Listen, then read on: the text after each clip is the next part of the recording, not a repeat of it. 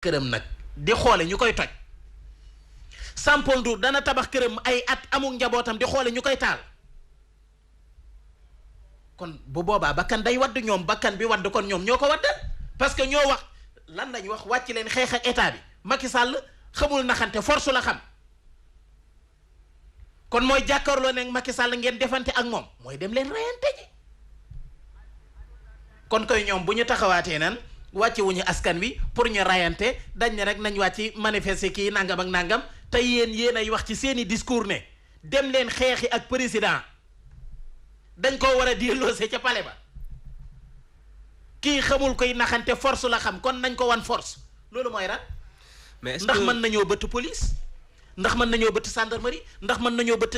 DIC wala BIP wala CICN wala feneen ak feneen mooy dem leen deewi gis nga habitude bii ñu amit te tàmbali ko ci mars 2020 mars 2021 boobu te fas yéene koo continuer nii habitude bu bon la ci Sénégal toji Auchan taali Total nangam ak nangam dañoo juum tey sax bëggoon nañ fexel Totalu am na Total bu ñu toj kay bu Colobane am toj nañ ko jot nañ koo rajaxe jot nañ koo sakaase toj lépp tasaare lépp waa léegi nag xam nga njuumte bi nekk foofu Sampol Total yi ak Auchan yi ay tubaab yi liggéey ñoo ciy xëy wala ay sénégalais suñuy papa suñuy yaay suñuy yaay suñuy mag suñuy rakk suñuy nijaay ñoo fay xëy ñaata nit ñoo ñàkk seen liggéey ci manifestation mars yi passé lan moo tax sa baay bi doon joxe dépasse ci kër gi sa mag sa nangam ca Auchan ba la doon xëy wala ca Total ba toj nañ ko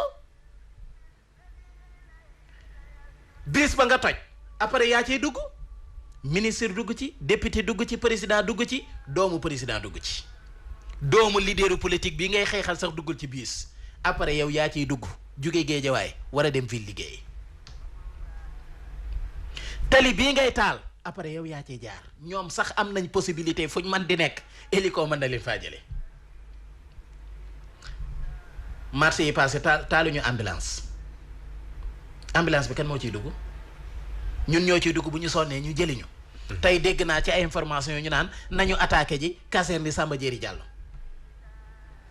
kan moo ciy loru attaqué police attaqué gendarmerie kan moo ciy loru ñoom kañ li ñu wax moom ëpp na fi ñu wax ñu mais attaqué gis yëpp nga moom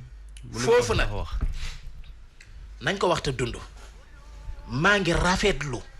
liggéeyu suñu force de sécurité et de défense yi parce que ñu mat lañ li ñu doon dafa am menn mbokk mu ma woo ci bëccëg ne ma sëñ bi lii noo ko jàngati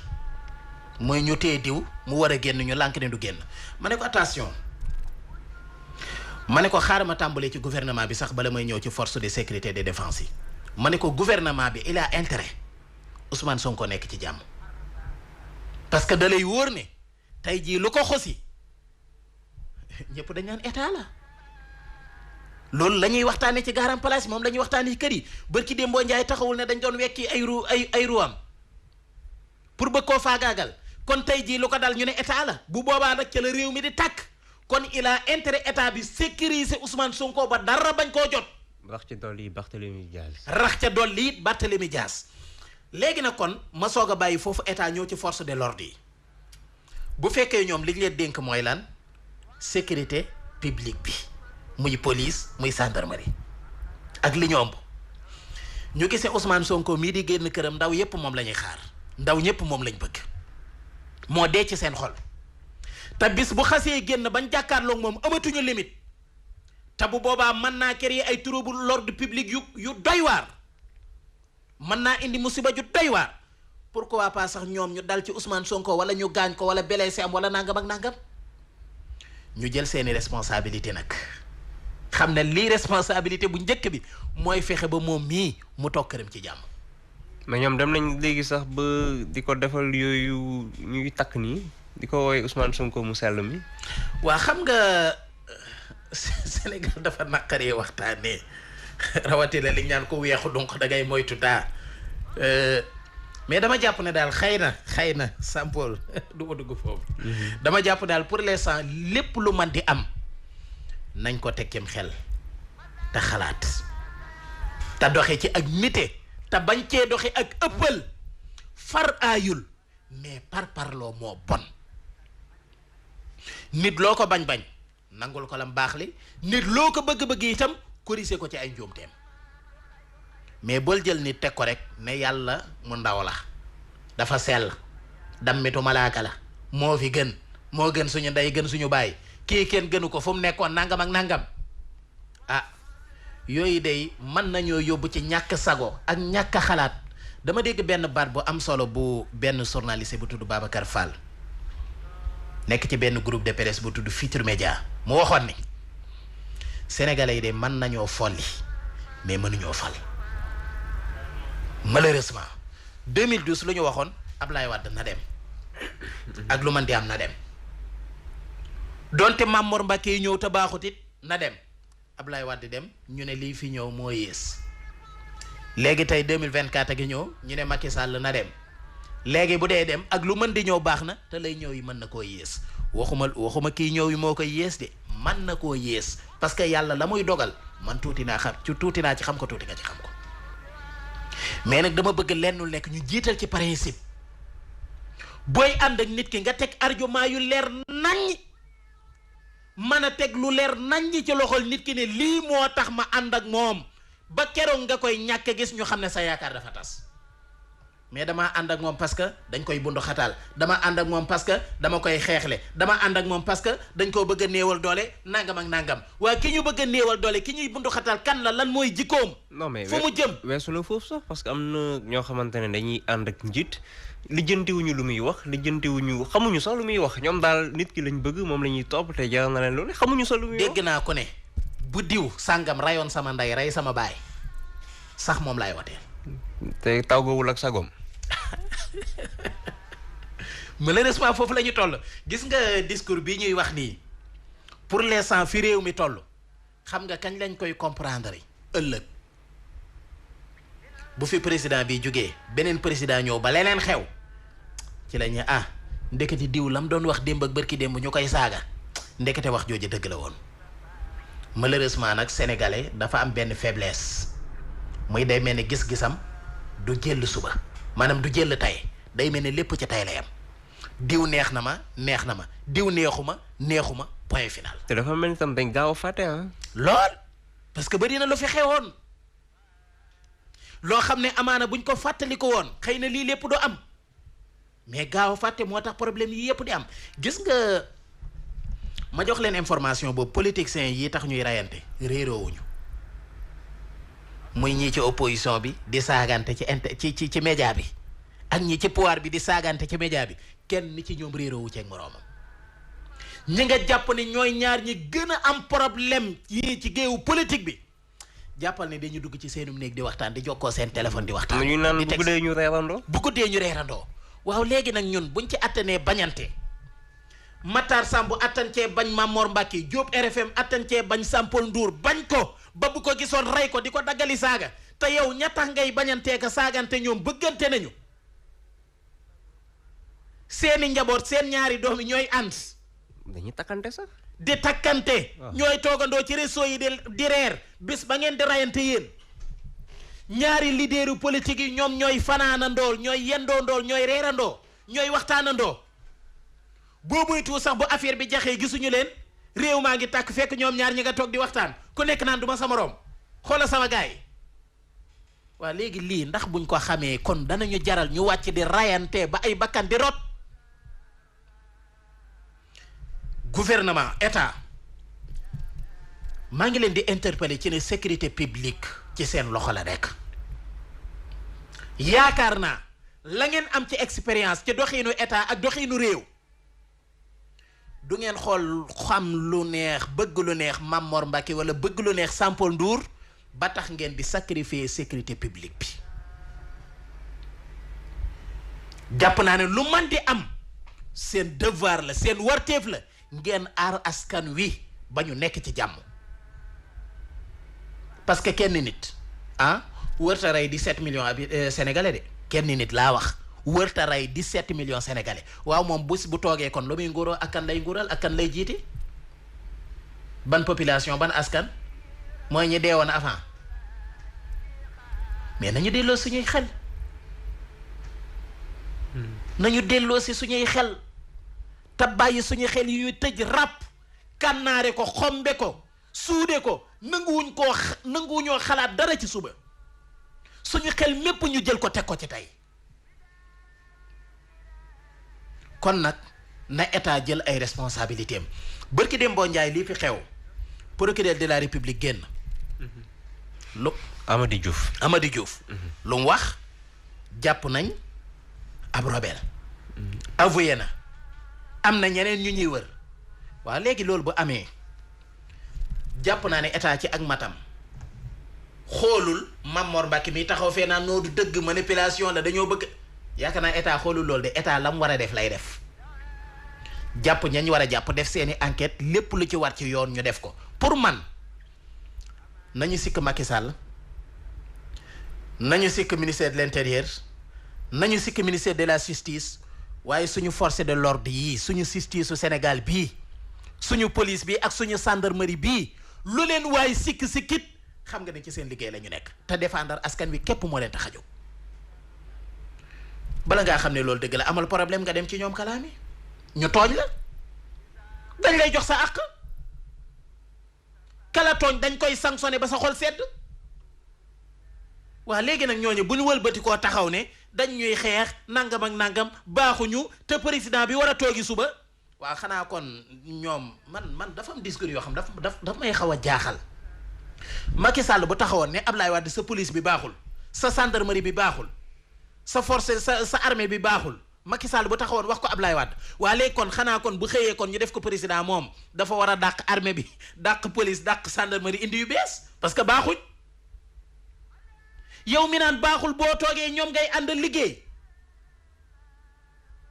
ñoom ngay tegaat ci sécurité publique bi te nee nga ñoo fi yées nee nga amuñu professionnalisme nee nga respecté wuñ seen liggéey respecté wuñ askan wi te yow boo toogee ñoom ngay njëkk a xëcc teg ci sa wet ñu sécuriser la bu yëngu-yëngu amee ñoom ngay yebal ñu génnoon ñooy génnaat parce que loolu mooy seen warteef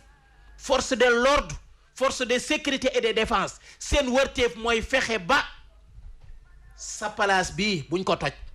sa oto bii buñ ko taal manifestation yi am tey Sampol ñaata oto lañ ci toj ñoo xam ne seen yoon nekkul ci Macky Sall seen yoon nekkul ci Sonko seen oto la ñu gaari seen buntu kër am seenu njaboot xëy war a liggéey ñu xëy toj seen oto ba moo ko rumbax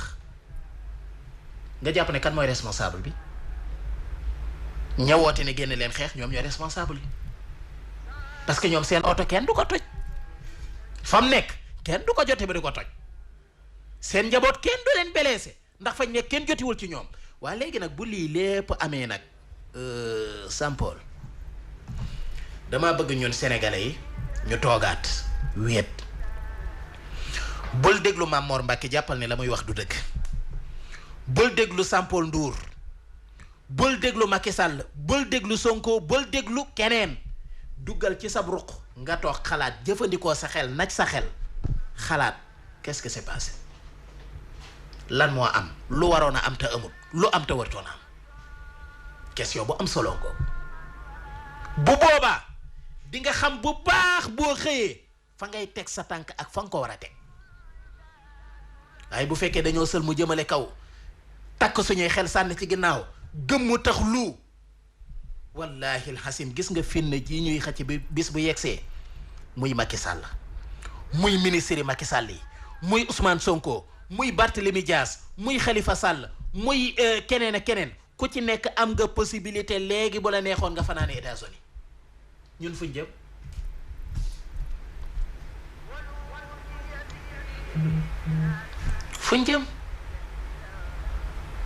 bu réew mi doon yëngu dañuy génn la preuve nañu jàngaat histoire Rwanda ña waraloon génocide ba mooy ñi ñu doon tuddee ay extrémistes ci auto ba fin na ja tàmbalee mais dañoo jël seeni vol ba ci directeelu rajo télévision Mille Collines ba doon soññ nit ñi ne jóg leen rayante dafa jël volam génn réew mi loolu seetu la ci suñu kanam nañu xam ne yàlla tere waaye bis bu réew mi doon tàkkit ñii moom duñ ci dee ñii tax ñuy génn muy pouvoir bi muy opposition bi parce que ku ci nekk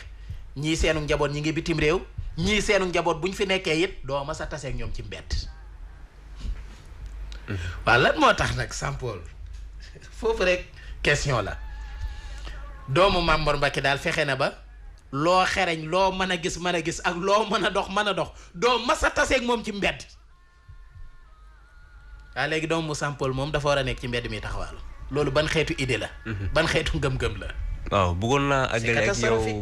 ba minuit mais gannaaw dañ may xaar xëy na dafa am benn ponk bu muy junj rek ma bàyyi la nga àggale ak moom ak auditeurs yi c'est-à-dire njiitu réew mi dafa am lan loo xam ne dafa am lu dañ ko nemmeeku ci moom taskatu xibaaru Sénégal yi mer ci lool muy daanaka grande décision yëpp yu muy jël c'est vrai que actuellement am na lu mu jiite muy Union africaine xëy na am na ci yenn télé yoo xamante ne wala yenn rajo yoo xam ne ñoo ëpp audience pour Afrique yëpp dégg ko faw mu dem fa d'accord mais li taskatu xibaaru Sénégal yi di ñaawlu mooy lan moo tax njiitu réew mi yenn xibaar yi nga xamante ne doomu réew mi ñoo waroon am exclusivité bi lan moo tax taskatu xibaar yu nekk ci dëkk bi boolewuma RTS dañuy bëgg a def interview ak moom interview annuelle bi ñu waroon def sax dañ ko dàqoon ne woon dinañ ko def ba léegi defuñu ko loolu mu nekk lu métti lool taskatu xibaaru Sénégal yi xam nga loolu lan moo ko waral ñaari mbir bu njëkk bi mooy ragal deuxième bi mooy xeeb sa bopp bu dee ragal bi toujours ñi ngi def ci seen bopp seen ndaje moomu Macky Sall amaloon ak journaliste yi am na question bu fa Babacar Fall laajoon ba am coow lu bari lu ci amoon ba tax tey jii xëy na ñemeetu la jàkkaarloo ak journaliste beneen bi ci topp muy ñàkk nawloo sa askan foofa sax dafa am ci diggante bi dafa am loo xam ne ci diggante bi faaw kenn toog nag ñu terminer loolu parce que duñ ko mën a tëgg tàcc ko waaw acca mais ñu terminer ko kon xëy na ñu terminer ko xëy na ci 2 minutes incha allah waaw bu ko defee kon acca mu ngoog waaw RFM moom toujours ñu ngi liggéey même bu ñu nekkee en direct ñu ci liggéey bi ayca léegi loolu nag dama jàpp ne kon ñoom war nañ cee bàyyi xel gën a nawloo suñu presse bi gën a nawloo suñu journalistes yi xam ne ay boroomi xam-xam lañu parce que bu fekkee boo bëggee daw làqu ñoom ngay woo boo amee lu am importance loo bëgg a wax ne leen fi ñu ko dem waxi ko bitim réew ñoom it nañu am fullay lépp loo waxati bitim réew ñu censuré ko bañ cee wax waaw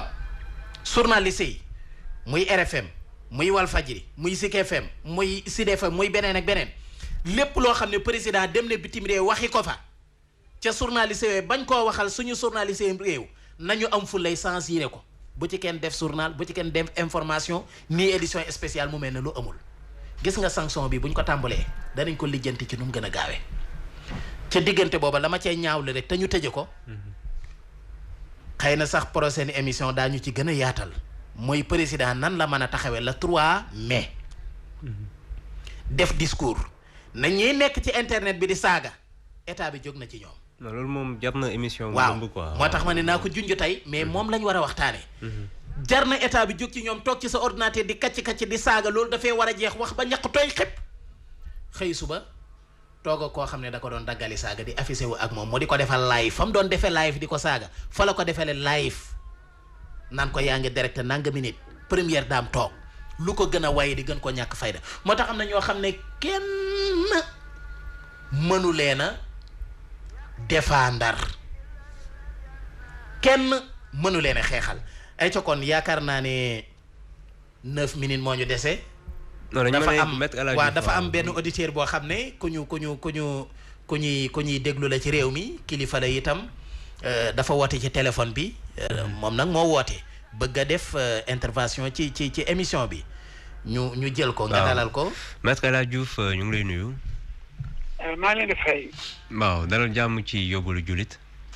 waaw vraiment di kontaan di leen ziar. delloo ziar bu kontaan ci Mame Mor Mbacke ak Jean Paul Ndour. jërëjëf. waxtaan